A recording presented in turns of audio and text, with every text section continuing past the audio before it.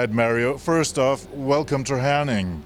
How hard was your decision about accepting your new coaching position for the Blue Fox?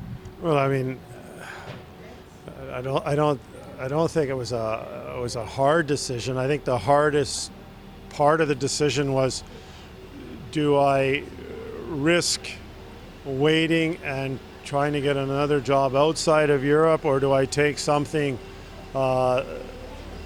that is secure, that is a club with the most tradition in Denmark, and where there's good leadership in Daniel Nilsson and Rasmus Nilsson and Matthias Pedersen. So there's a good core. Lubor, in my opinion, is the best goalie in the league and still is. So I think when you weigh the factors, I think it was a good decision to come here. In my point of view, and watching kind of from the outside, your style is much like what we know from Todd. Will that be an advantage for you and for the team? Well, a lot of people say Todd and I are a lot alike. I think we are a lot alike in some ways, in how we expect our teams to play, what we expect from the individual player, team discipline level, work ethic. And then I think we're different in some ways. We're both pretty emotional. I have that, Southern Mediterranean type, if you want to say, Italian in me, where I can get emotional in a very good way for the team as well. So I think, we both want to win, and bottom line is it is about winning no matter what. And naturally, trying to develop the players that I have here to work with into better hockey players, and making them better players makes Herning a successful team. Now we all know how fierce you are as an opponent to combat against, but now you're on our side. Or to put it in another way, you're actually in the position you must have wanted for years. You have Herning Blue Fox under your full control. Yeah, well, yeah. It's funny. It's been since I came to Denmark in '94 as a player, when Herning had Skriko and Todd, and Esbjerg had Chiznikov and Starkov, and there was Trunio and Esbjerg with Kuczynski, I think, where there were some outstanding players in the league. But from the time I came to Denmark, and that's 21 years ago, it's always been about, at least for the last 16, 17 years, it's been about, you got to beat Herning. You got to beat Herning. If you want to win a championship, you got to go through Herning. So, it's definitely nice to be here. But I think, the role has changed in Danish hockey, whereas everybody in the league wants to try and beat Sønderjyske now, and it's funny that I find myself on the other foot right now, and our goal is just to be successful game in, game out, and I think we have the right group of players as far as leadership goes, and we have a lot of young players. And that's why we look for leadership. Now, your thoughts and your hopes, you've been kind of a bit around them right now, but you have any more for the upcoming season? Do you mean more players or just more? I mean, we have another player. I mean, we have two players coming in still, so that we start the season with six imports. Jordan George, that everybody knows, and then Martin Sagat, who I believe just signed last night, if I'm not mistaken. They'll be in for the weekend, but that's it. We'll start with six, and I'm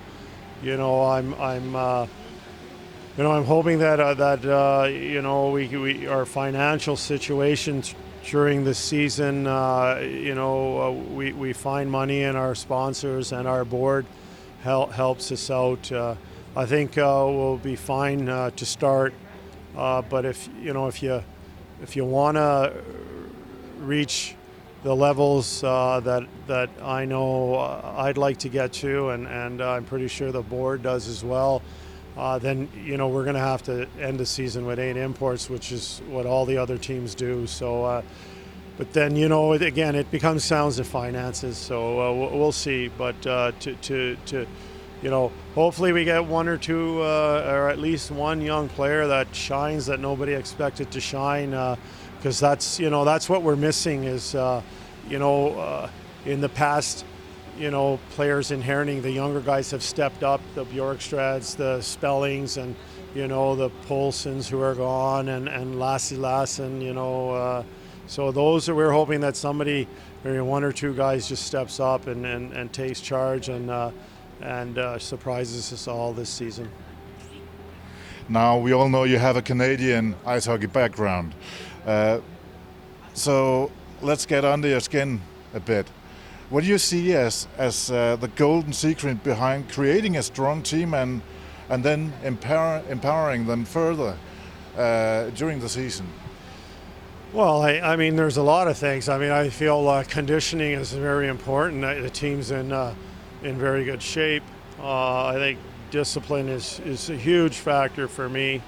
I think work ethic, the determination factor, and then I think building a strong team environment is very important. And like I said earlier in the interview, a player like Jared Smithson, he brings in a world of wealth for the team, but also for myself.